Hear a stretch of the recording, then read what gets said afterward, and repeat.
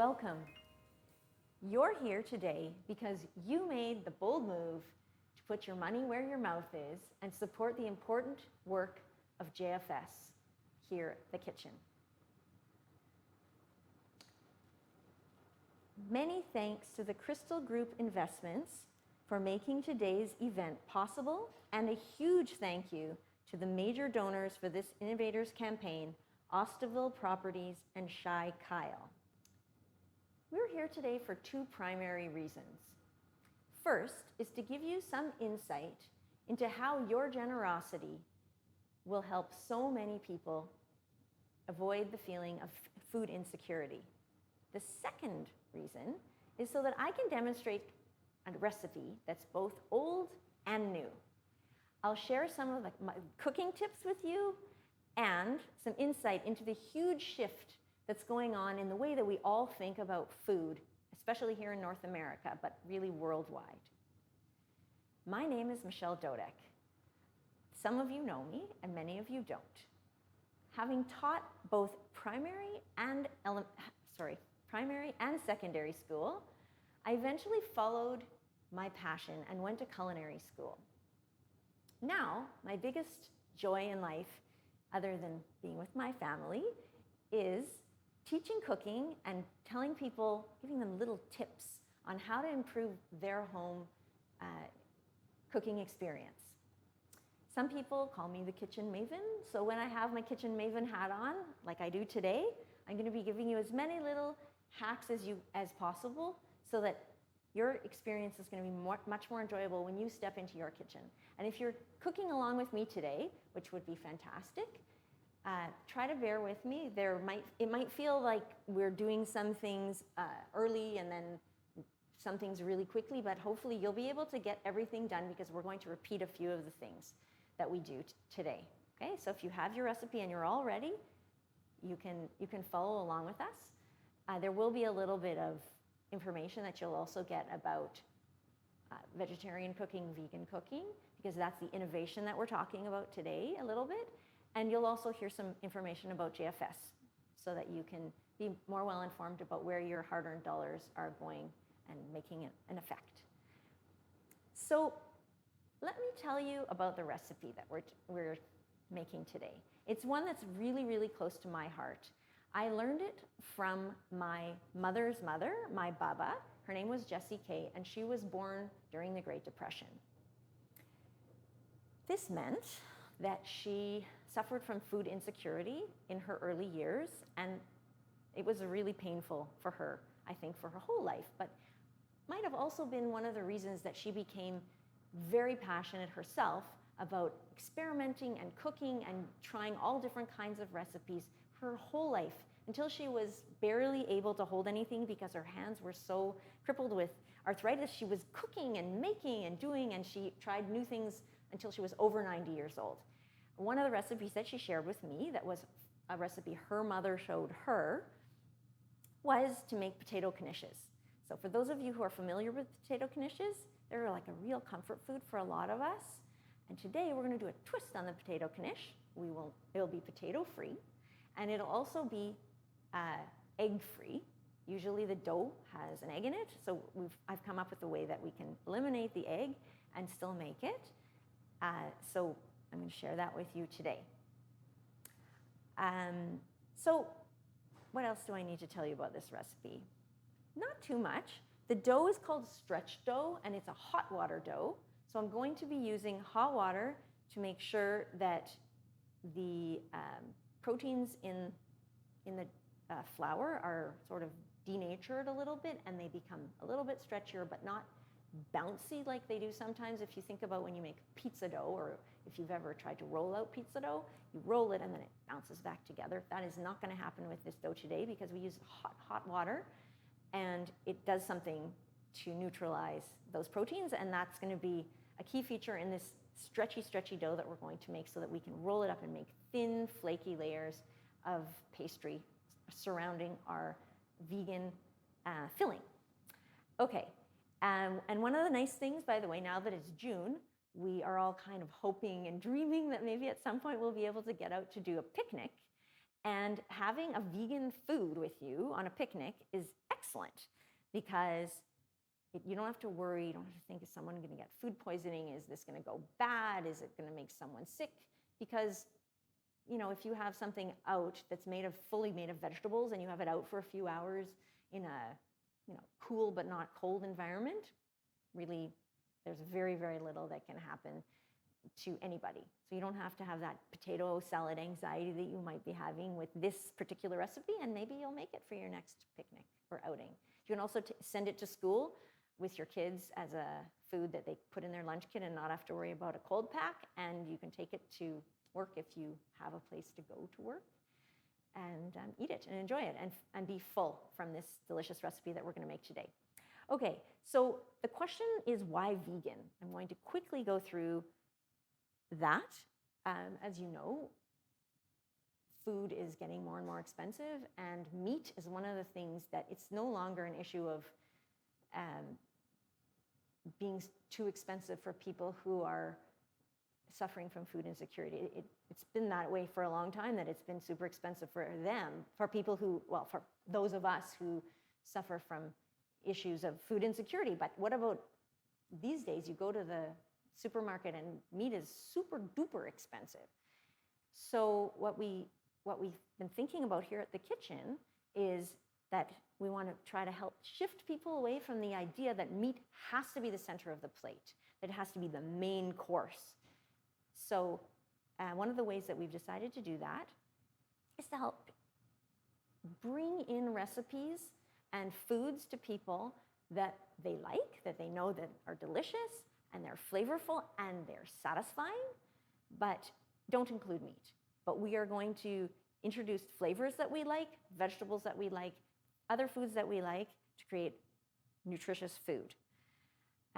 I want to just mention that this place that I'm standing in has been here for about a year, and the food that's produced here goes to JFS clients prepared as meals.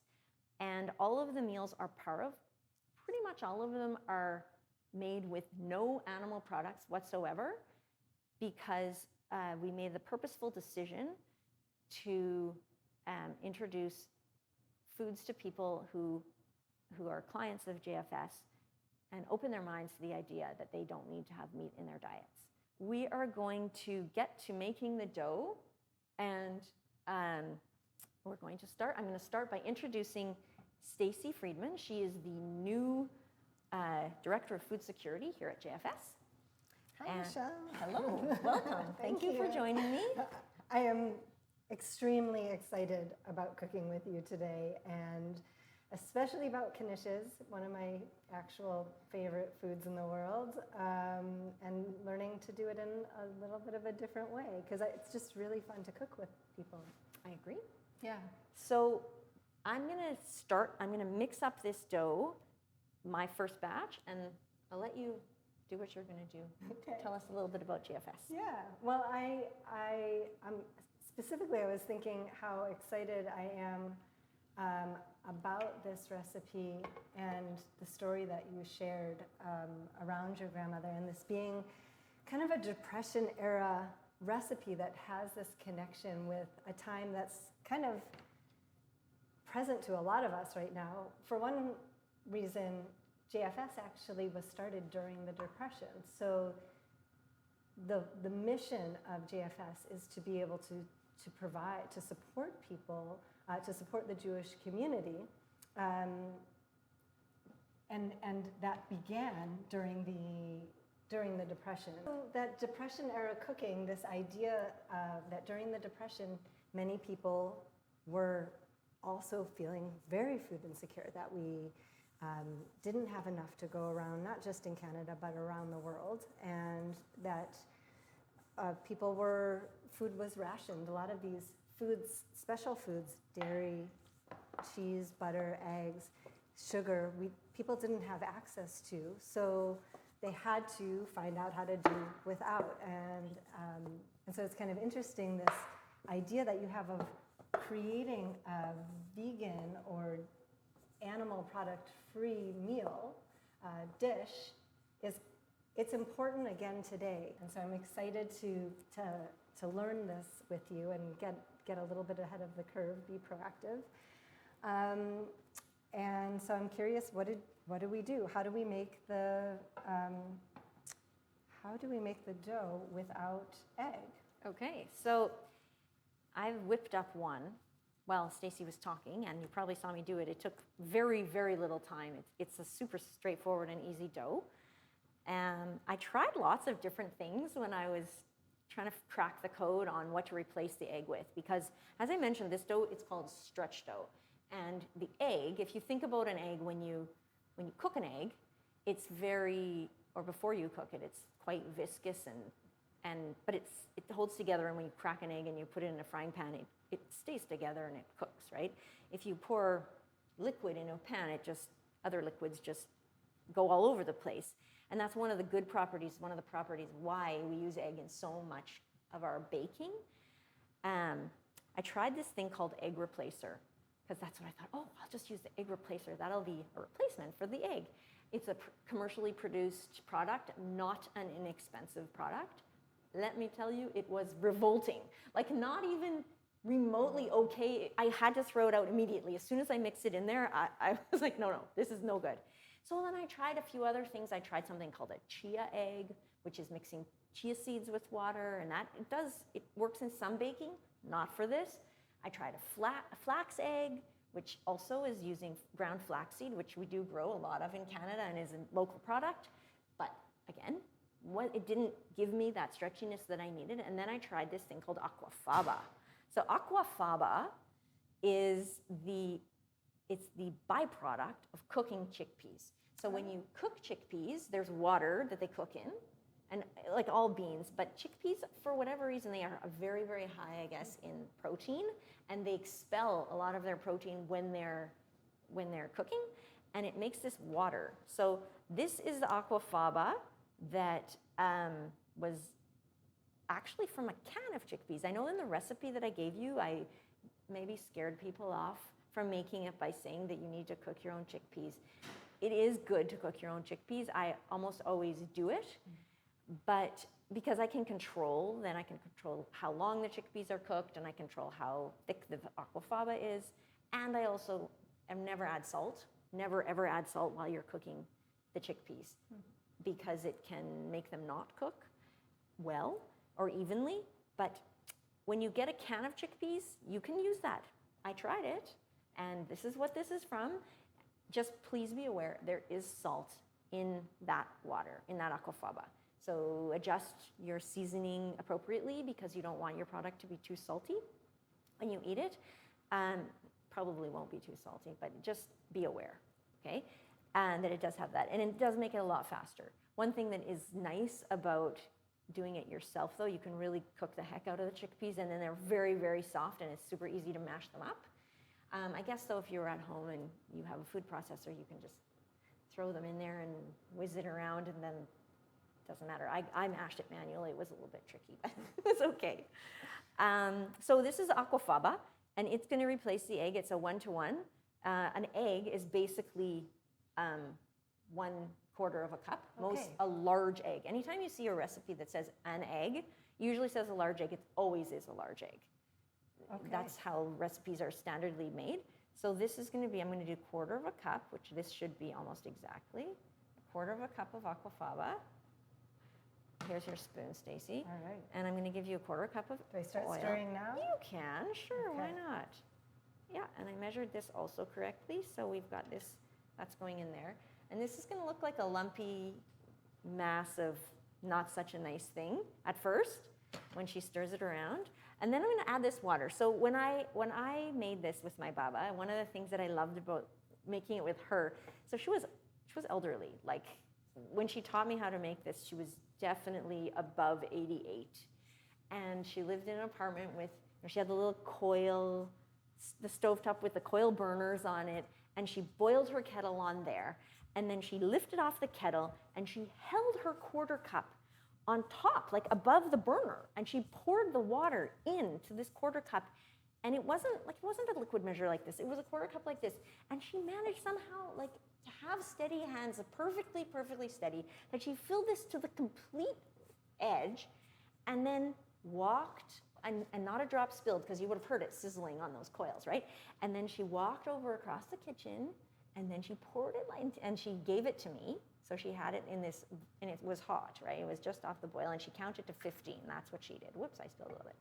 And then she poured it in, and then she said, go, Go, go, go. Okay. stir it, stir it, stir it. And she called me chicken, because that's this term of endearment that she used for me. She said, go, chicken, go, go. So there he goes. It's okay, don't panic. Just keep stirring it. Okay. And what you're doing, she didn't know the technical term for this, but what you're also doing, other than denaturing the proteins, is also gelatinizing the starches in this, and it makes them stretchy. So anyone who's ever made cream puffs knows that when you're cooking, you cook the cream puff off and you stir it like crazy in a pot, and that's doing basically the same thing that we're doing here on a smaller basis. And we're making this dough. So what ends up happening is Stacy's looks a little bit, it looks a little sticky. So we're going to use a very small amount of flour, because we want it to be, mine is not very sticky. I'll just show you what mine looks like. So it doesn't look smooth. It doesn't need to look smooth. It looks a little bit rough, but that's totally okay. And we're going to set it aside. And what happens when we set dough aside in general, when it's not a yeast dough, it just rests, and it absorbs some of the liquid into the flour, a little bit more than it has, and we call that hydrating the flour, and that makes the dough a little bit smoother. So that's going to work. Oh, yours looks great. Yeah. Oh, it's so nice and warm and soft. Feel it. Oh, I like it. Right? It feels like something you want to put your hands in, and just form it kind of into a little bit of a ball, and just leave it in and you can set it aside.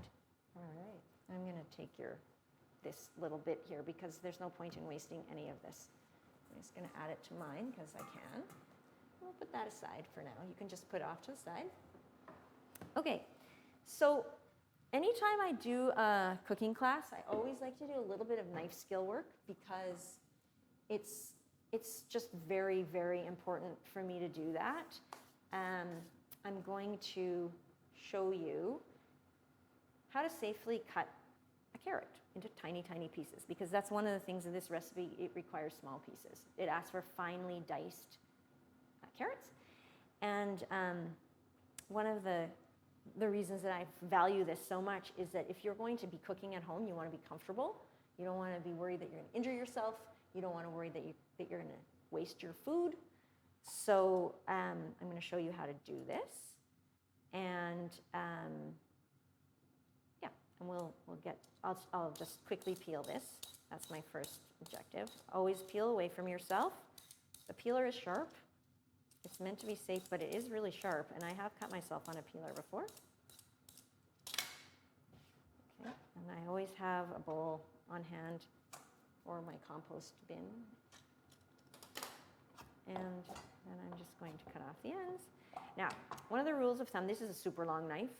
Most of you probably aren't using a knife this long. You should always look at what you're cutting and don't use a piece. Don't cut a piece that is longer than 3/4 of the size of your blade. So this is, unless there's some strange reason that you need it to be very, very long. Like there are maybe a few recipes where it's very long, but normally you don't need to. So cut it into a manageable size, because you just want to be able to control it. That's the main issue here. So this knife isn't that sharp. So now I just cut off one little part, and I want a flat edge, okay? That's a really helpful tip, because when you're cutting carrots and they're rolling around, I've cut myself that way. Yeah, and every vegetable, I mean, you'd be hard pressed to think of a vegetable that is square from the beginning, right? Pretty much all of them are round. I have an onion here, it's very round. I guess celery is pretty flat usually, and it's really, really easy to cut, right? And that's why, but most vegetables are round. So we want to try to get them into a controllable shape.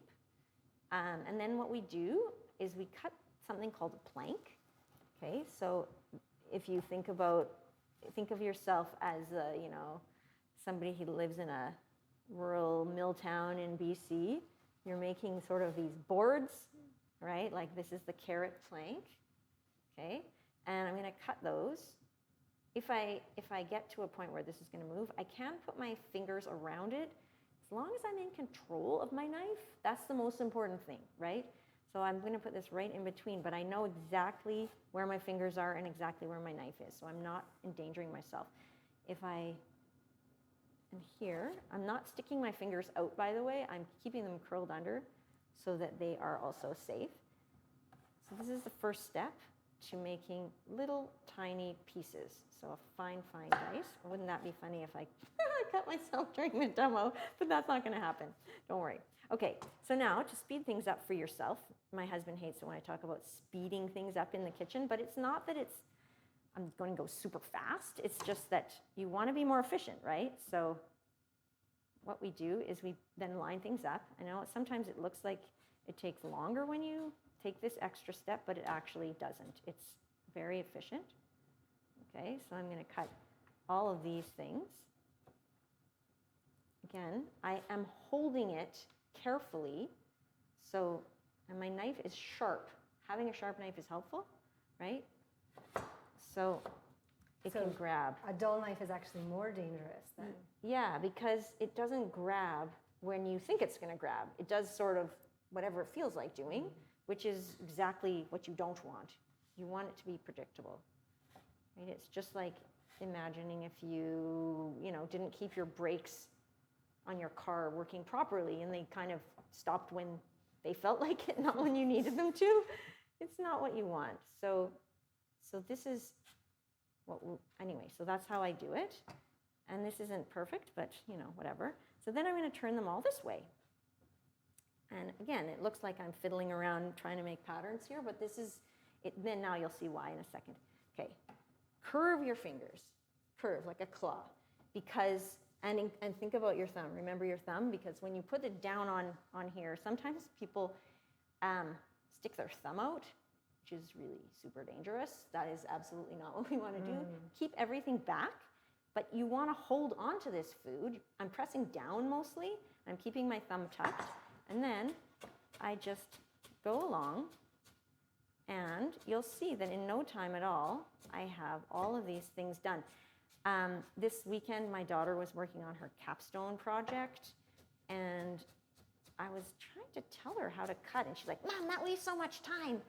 But if you do it properly, it not only saves time, but it also gets you the result that you want, and you don't risk hurting yourself and wasting a lot of food that you may spoil if you hurt yourself and bleed all over your cutting board, which has been known to happen in my house to me, but not very often.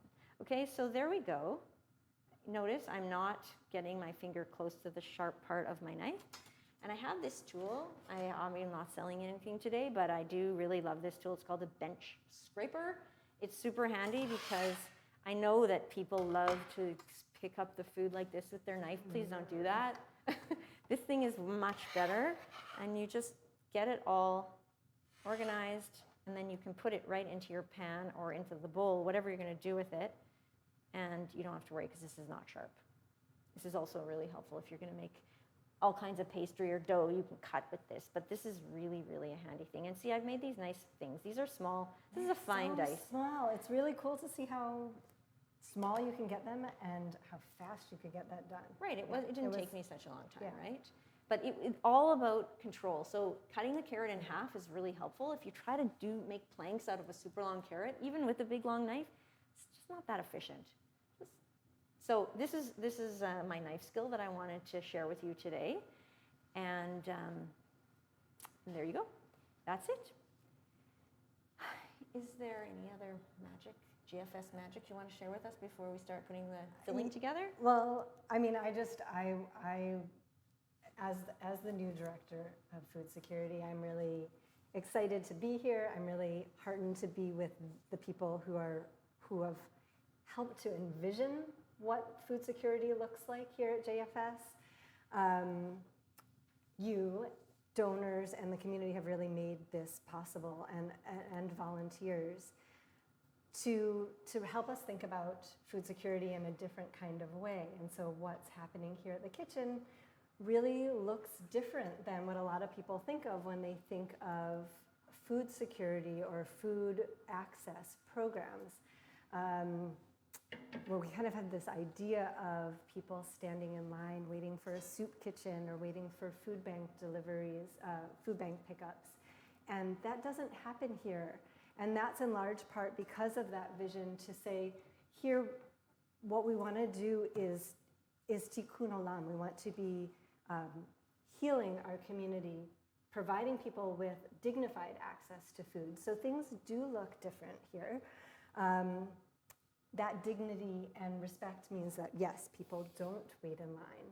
Before things kind of shut down with COVID, there was actually in-person grocery pickup for clients where people were coming out to the Parrott Center with the support of amazing volunteers who were there basically setting up like a market atmosphere where clients could come in and choose the produce that they wanted, the food that they needed. They had choice, which is something that we don't often think of in food access programs. They had snacks and coffee, and it was just like a really community environment. So that idea that food, it's not just about nourishing our bodies, but it's so social, like this moment that we have together to cook together and to create community. Yeah, to be in community. It's healing for us. So connecting with food, connecting with culturally appropriate food, all of those things are so important. So then COVID happened, things shut down, not just here, but around the city. A lot of the food programs shut down. And so JFS had amazing volunteers once again who came together in the community to rethink how do we continue to serve this community. And what ended up happening is that we, with the help of volunteers, were able to deliver food directly to clients and continue to maintain people's anonymity, to be able to offer dignified access and to offer choice, because they can do online orders similar to what anyone would do. We offer the same kinds of food that you and I would want to choose for ourselves at the grocery store. So quality food, that's really important to dignified access. That it's nutritious, that it's culturally appropriate food, so that we're able to have challah. If that's part of your culture, you get to have that for your Shabbat. And that nobody has to have substandard food, because food is a right that we all have. So I'm so grateful for this community, for that vision. That people are seen as full individuals, like, right? We're not just clients who need food, but every person has something to offer as well. So last week we got a beautiful call from a client who said, I love this food, this vegan food that our new chef Zoe has been preparing. It's really great, and was kind of surprised at how wonderful vegan food could be, because people sometimes are surprised by that. She said, it's so good, I want to come in and volunteer. So people can participate in the community in all kinds of different ways and be a whole individual and be part of community. Just like, have this fun that we get to have here together today.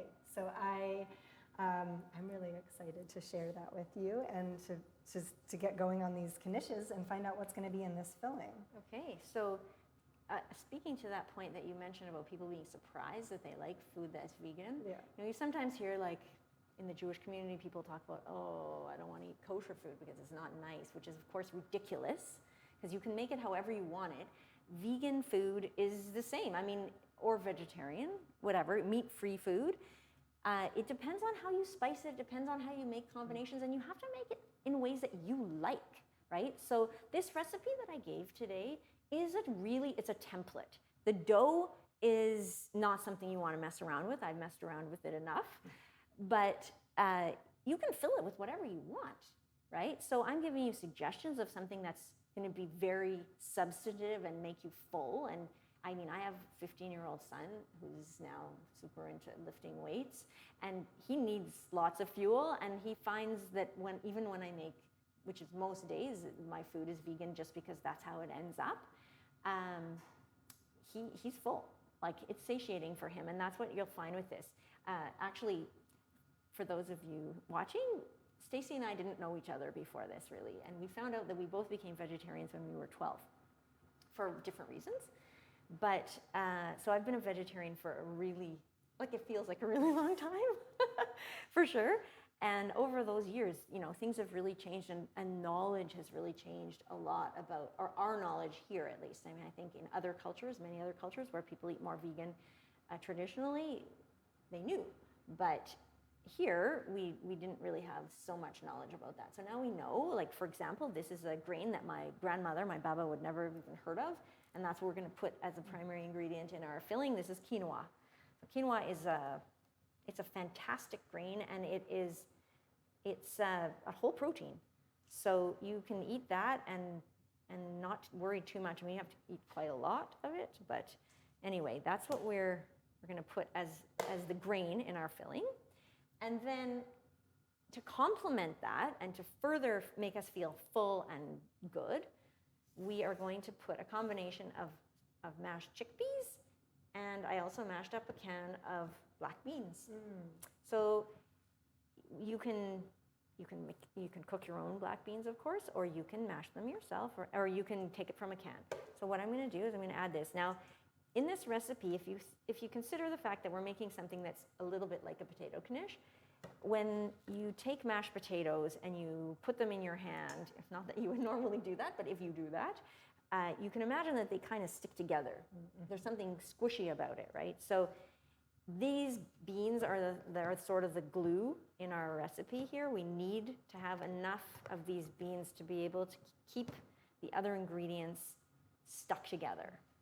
So these are actually, everything here is unseasoned. I didn't put salt. Well, these come with salt because they came out of a can, but a little bit of salt. I didn't put any spices, but this mixture, which is the mixture of the zucchini and fried onions and carrots, this has also cumin and ginger. I wanted to put coriander in there, but I couldn't find any at the store. So that's, you know, it's just a reality that we have these days, unfortunately. Well, I love that you can just be creative with this so that people don't think that they have to have a can of chickpeas and a can of black beans. It can kind of be what you have in your cupboard, what vegetables you have in your cupboard, what spices you have in your cupboard, and then you get to have this like individual little packet of goodness that you get to bite into. And then you've got the fact that it's not just potatoes, which I love potato knishes, don't get me wrong. I could eat so many of them, but I feel like that's a little bit the issue, right? Like you just want to keep eating them when you have potato knishes. So having beans and a grain together and having that protein that's full, it's filling, but it also gives us that protein that we would have gotten from meat, I think is really awesome. I love that. Yeah, and it tastes super yummy too. I mean, you can add whatever you like. This has a little bit, because of the coriander and the cumin, it has a little bit of a sort of like Middle Eastern, Persian, Indian kind of flair to it. But if you wanted to add, you know, if it's in the middle of the summer and you find yourself with a huge amount of basil, for example, so go that direction, right? Ooh, you could add knishes. Exactly, you could do that if you wanted to make it with, I mean, the beans have these beans are basically pretty much flavorless. They don't have a strong flavor, so you can add whatever you like to it. If you wanted to go a little bit more like Asian, in like Far Eastern Asian, you could put some sesame oil in there, which would be super yummy, and some soy sauce if you wanted to season it that way. Or if you wanted to go Thai, you could do cilantro and fish sauce, or there is vegan fish sauce. I have found that. I like it a lot better than, well, I like it. It's really yummy. And yeah, so you can flavor these however you want. You can also flavor it with whatever you have in abundance. If you have a garden and it's August and you have 10,000 zucchinis that are also giant, don't have to use a carrot. You can just use zucchini. If you find yourself with tons of mushrooms, use mushrooms. Mushrooms are also really an excellent substitute. So this is pretty much, I mean, I've been sort of pawing it around because I'm trying to decide if I want to add a little bit more bean, but I think it's fine. I love that there wasn't this much of this and this much of this. It really like lets everybody be creative about what feels, smells, and tastes good. Yeah, so the recipe really is a guideline. You don't have to worry about following it exactly. That's not the crucial element here. It's that it looks and tastes appealing to you and smells, I think, smells really pretty nice It smells too. really good. So yeah, you just have to, and if it looks like something that's gonna hold together in sort of a sausage shape, I know that that's antithetical to what we were talking about here, but it is that we're gonna form like a snake with it in a minute. So that, and yeah, get that ready. Also, if you are a family that doesn't have any issues with nuts, it's really quite amazing. You can put nut butter into it, or you can just put ground nuts. You'll want to move your cutting board behind you because we're going to use the space in front of us to roll out the dough. Okay, so I'm gonna just, before I roll mine, I'm gonna just put a tiny bit of flour down. Like really, it's just a dusting of flour because, as I said, this is stretch dough. We want this to stick. We need it to adhere to the surface here, or else it won't stretch, and it's gonna work really nicely. All right. Well, while you're rolling yours out, I just want to talk a little bit about the programs that are happening here in food security at JFS, and again express my pride in this community and the work that you all have done to support Tikkun Olam, to support our community, because truly that's what's happening here. And before COVID, there were about 650 people accessing our food programs. And today there are over 1,600 people. So more than double in just a couple of years. You can see that the need in our community with all the stressors around the cost of living going up that's affecting so many people, it's affecting who's coming here.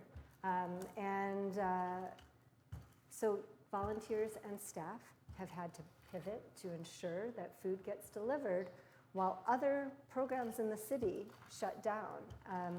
JFS did not shut down during COVID.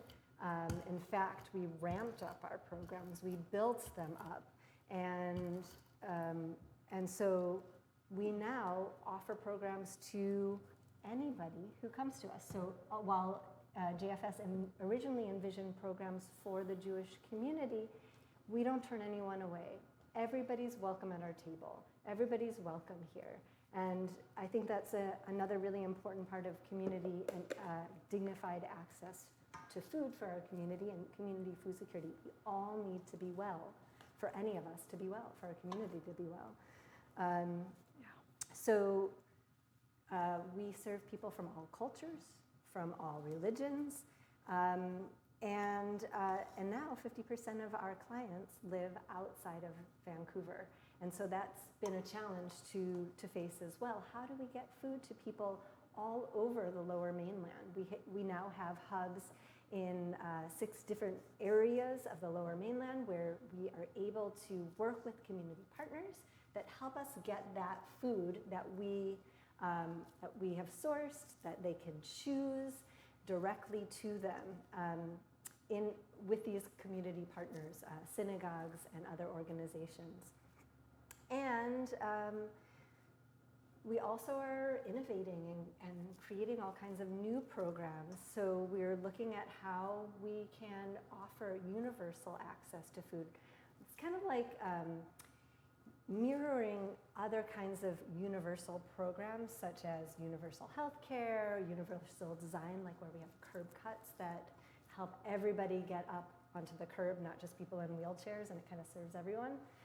How do we design programs that anyone can access?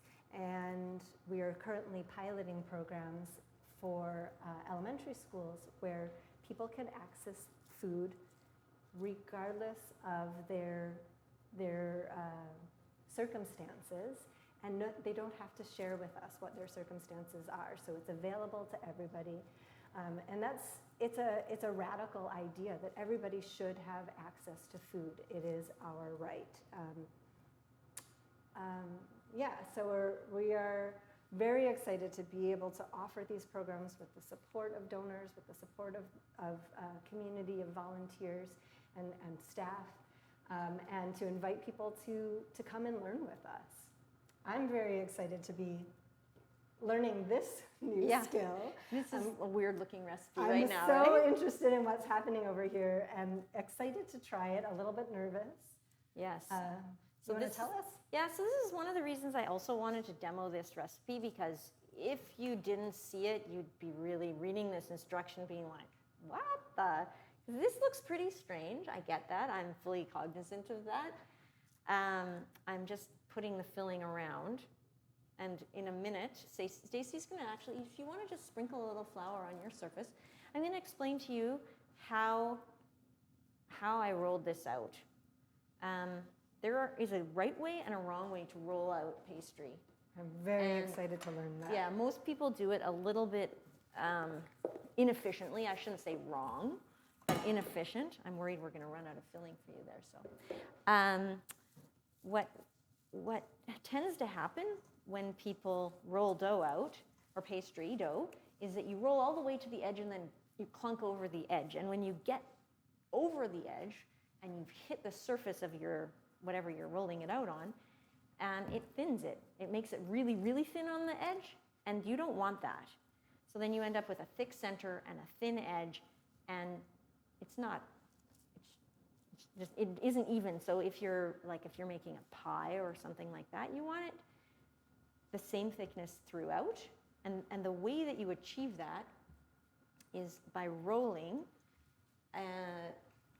it from the center, and then you roll in all directions. But once you get to the edge, you lift off gently. Yep. So just keep like that. Yep. And if you keep going like that, around in all different directions, you will also make something like a circle. As you can see, I mean, I tried my best to make a circle. It's not a circle, but that's totally okay. It's circular, and that is really all that matters in this case, because nobody's going to grade you on how exactly right the shape is, or exactly circular, because it is right. I'm going to move this so you don't hurt yourself there. I love the lifting off tip. Yeah. Because I've definitely rolled it too thin on the edge before. Yeah, and you can see that it is definitely, so far, it's the same thickness everywhere, right? Yeah. So mine, I rolled it longer than Stacey's rolling hers. And while I was rolling it, I was conscious of the fact that I wanted to, oh, by the way, Stacey, that one of those handles is cracking, so just be careful. Okay, thank you. I wanted to make it as thin as I could, but I know that I'm going to get it even thinner when I start to stretch it. So it's called stretch dough, not only because it's stretchy, but I'm actually also going to physically stretch it. So it will become so thin that it will be almost transparent, and I will be able to see my fingers through the dough. It will probably be a little bit tricky for you to see my fingers, but maybe you'll be able to pick that up. I'm not sure. We have some excellent high-tech cameras here, so maybe you'll be able to see that once I start rolling, or stretching it and wrapping.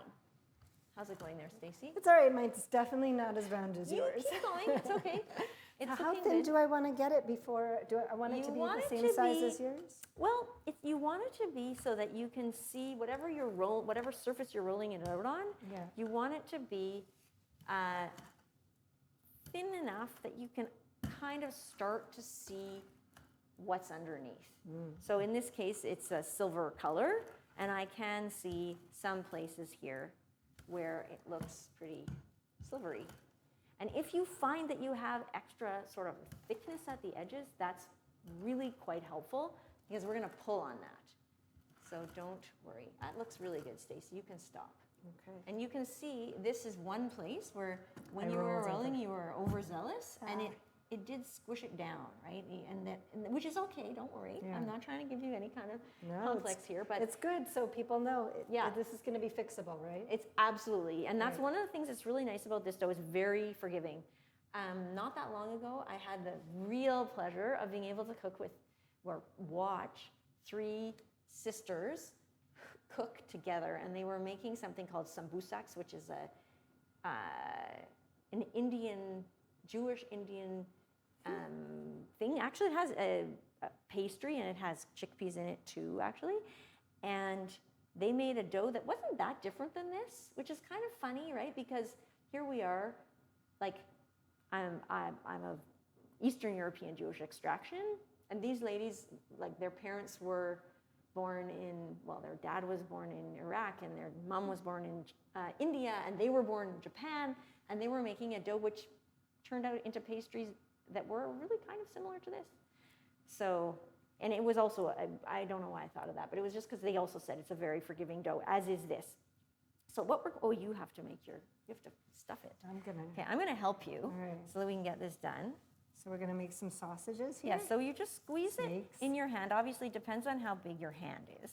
And don't be too worried about how much you put on, because you can always fix it afterwards. You may have noticed me, while Stacey was talking before, I was adjusting, because you want to use up your filling, but you don't want it to be super stuffed. If you have some filling left over, it's also okay, because you can use it for something else. You could just heat it up and add it to a bowl of rice, or, actually you don't really need rice, but you could, if you eat eggs, you could crack an egg on top of it and make it your breakfast or your lunch. Like, you don't have to worry. Oh, and you want to leave about 2.5 to 3 centimeters on the edge. Okay. Because if you don't, you'll be sorry. Okay. That's good advice. It won't work. Yeah. And this recipe, honestly, it may seem daunting to you right now, but I promise you, if you start and you make it, you'll find that it's actually a lot faster than you think. And if you do it with someone else, it's fun. Stacey has mentioned that a couple times, that I really am. I hope it seems like I'm having fun. I really am. I made this recipe with a group of 20 and 30 somethings not that long ago. And I was super gratified when I bumped into one of them last weekend, and he said that he's made it twice since then. Just so fun. And that just obviously shows that it wasn't that bad. It wasn't that hard to do. Okay, so I have a little water. One of the things that I did here was I filled up a nice little container of water for us to rinse our hands in. Obviously, in your kitchen, if your sink is close by, you don't need to do that. But if it isn't, it's nice to have that on hand so that you can just wash your hands off and be ready. Thanks for being prepared with that. Do you want to borrow my towel? Yeah, that'd be great. Thank you.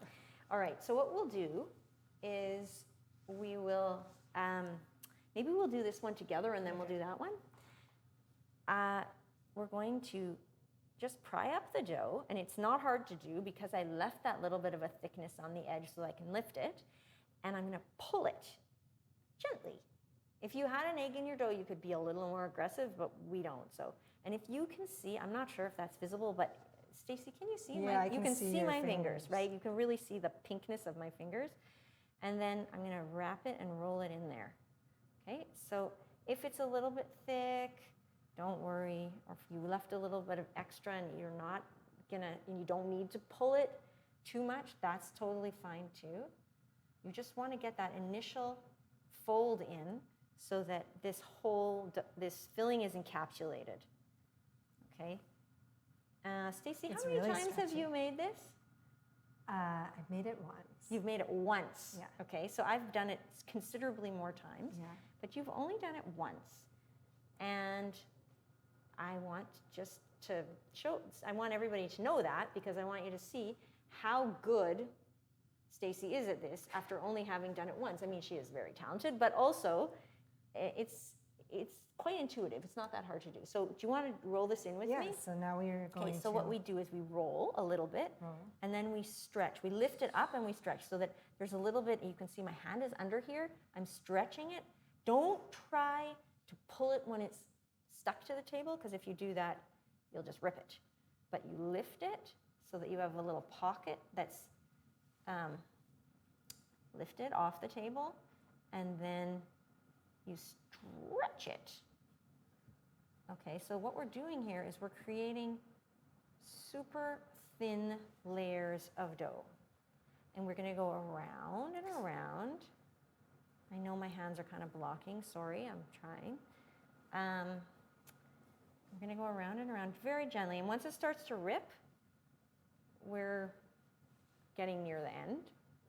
It is extremely thin in the middle, right? Like this is, so now you can see it's starting to rip. Do not feel bad about that.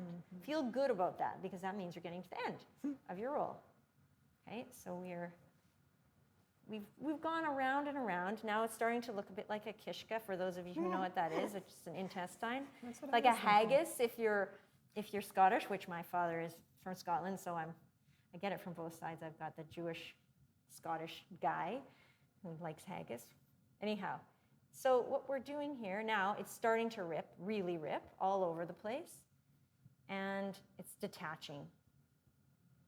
So we've done such a good job that we don't have any perforations of our kishka here, and that's unusual for me. Stacey, you're my lucky charm. But I do have this extra dough here. I'm actually going to just leave it in case we have a perforation with yours. Okay. And I think what we'll do, though, instead of fully doing yours now that we've demonstrated it twice, let's show everybody what we do with this beautiful circle of dough. Okay, so this is a weird-looking thing, but what we have here is, it's like our dough is, well, you saw what I did. I don't have to explain it again. But what I'm going to do now is cut it. And I'm going to use the side of my hand to cut it. I also can suggest, if you really have a sensitive side of your hand, to find something in your kitchen that is rounded like this. I actually, when I do it at home, I use the thing that I make crepes with, my crepe tool, because it's also a wooden thing. But you can use that if you don't want to use your hand, if your hand is feeling sore for some reason. But the reason we're using something rounded, if we cut it, we would have these two open sides, and we don't want that. We're trying to make something that's closed. So when we do this with our hand and we go down and we saw it with our hand, what we end up with is something that's actually quite it kind of starts to seal it up, or to close it up a little. Right, it squishes it together. So you can start wherever you want, Stacey. If you want to make them for like an appetizer size, which I have done before, I introduced my husband's office to potato knishes years ago. See, that's sealed right up. And I made them small like this, and then they were like an appetizer, right? They don't grow in the oven, they just stay this size. If you decide you don't want to do an appetizer size and you want to get this done quicker and you want to send them to school as a school snack or food, make them really big. Lucky children, right? Getting to take knishes to school. Sure. So that's like 3 times bigger than this one, and you think it's going to be a bad shape, but it's not, because this is a stretch dough, right?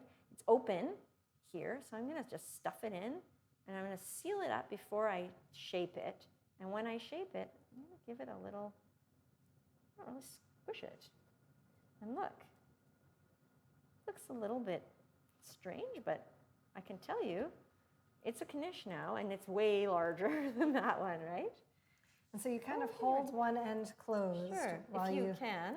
While you just give it a cut the other side with your hand. Right, and if you find that you really are having problems with getting it to stick together, I do have that extra dough there, right? And I can use it if I want. But we did a great job on this dough, Stacey, or on the rolling it up, because it's not. And if it perforates and you find that it, the filling is coming out, well, actually, who cares? Like when it cooks, it'll just have a little filling on the outside. It's not going to explode. Like it's going to taste good either way, right? Yeah, it just looks a little bit more, well, it looks a little bit nicer like this, but it really makes no difference. And that, this one is, oh, see, mine perforated. Oh. I was careless, but let's see if I can recover without using a patch. Look, almost. I just gave it too much of a push. I was really aggressive. Well, it's good to demonstrate that, and I'm glad it was you, Michelle.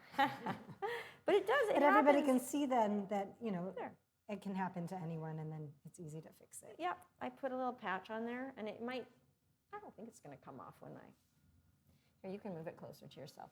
And if you decide you want to use this dough for something different, you can make a vegan apple strudel with it. Ooh. It's a really nice thing to do. Then you would roll it in a rectangle, and you would put your apples on the side here with apples and cinnamon and maybe some coconut sugar or maple syrup or whatever you want to use that's a vegan sweetener, and then roll it up similarly to how we did here, and then just bake it just like that. And that's this. So this dough it can go both ways. It's really savory or sweet depending on what you put in it. It doesn't make any difference. I'm just going to grab our tray so we can put these on. And if you were not doing a cooking demonstration, you would have your tray right there and you'd probably put it right on. So I'm putting they're all different sizes. Because everything is actually cooked inside here, you don't have to worry about the fact that they're different sizes. They don't need to cook. The only thing that's baking on here is the exterior.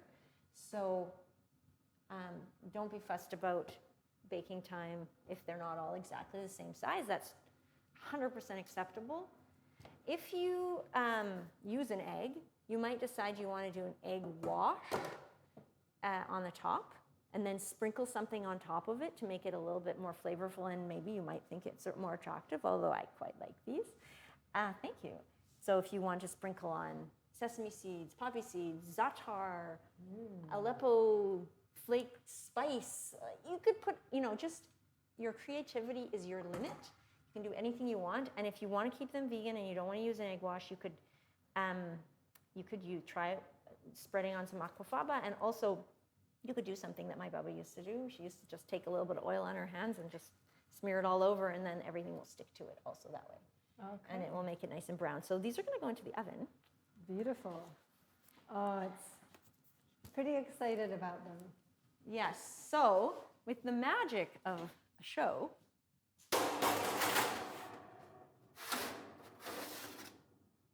we have some that are ready. Okay, so these are the ones that Stacy and I actually made together when we were practicing. And that was Stacy's first time, so I'm going to blame that one on you. It was probably me. But maybe it wasn't. No, maybe not. But you see, even the ones where the filling came out a little bit out of the top, it's like looks extra delicious. It almost looks like caramel coming out of there. They look beautiful. They've got a great brown color. Yeah. And they're all sealed on the bottom. The bottom really, once you stick it down there, and this one I think cracked a little bit, but you can see it makes no difference whatsoever. It's not going to affect them. So that's the result that you get. And it's in the instructions that I gave you for how you bake them. I strongly recommend that when you make these, make lots and then freeze them on the tray. You can put them nice and close together, put them in your freezer, and once they're frozen, you can, like nice and hard, take them out, throw them into a bag or a reusable container or whatever, and put them in your freezer, label them so you know what they are. I always think I'm going to know what everything is, but I always forget. So label it what you put inside it. You'll know it's a knish, obviously.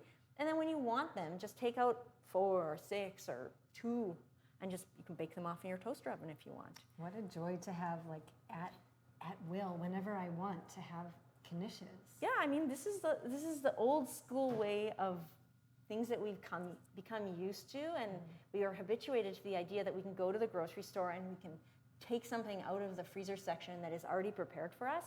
But like, it's expensive and it's full of things we probably don't want to eat, whereas this, we know exactly what's in it, and we know that it's going to make us feel really good after, and because it tastes good, and also it's good for us.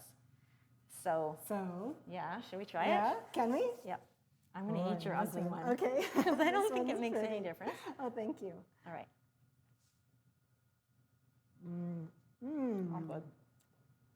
It's good. It's not as hot as the last one I ate, They're which burned my really mouth. good. Be careful. You take them right out of the They're so oven. like savory and filling. They really have that feeling of being a meal in a little pocket. So I love that you can grab and go with them. That's right. Thank you so much, Michelle. These were wonderful. You're very welcome. I'm gonna make these with my family. Good. Yeah. I'm glad. I encourage everyone to do that. So thank you so much for coming. thank you for donating to JFS today and making this place possible. Without your support, it would be impossible. I also would like to extend many thanks to the Cristall Investment Group for making today's event possible, and a huge thank you to the major donors for this Innovators campaign, Ostaville Properties and Shy Kyle. And thank you, our loyal supporters, for helping JFS continue to provide innovative food programs to the most vulnerable community members. Thank you. No, thank you. Ate avon.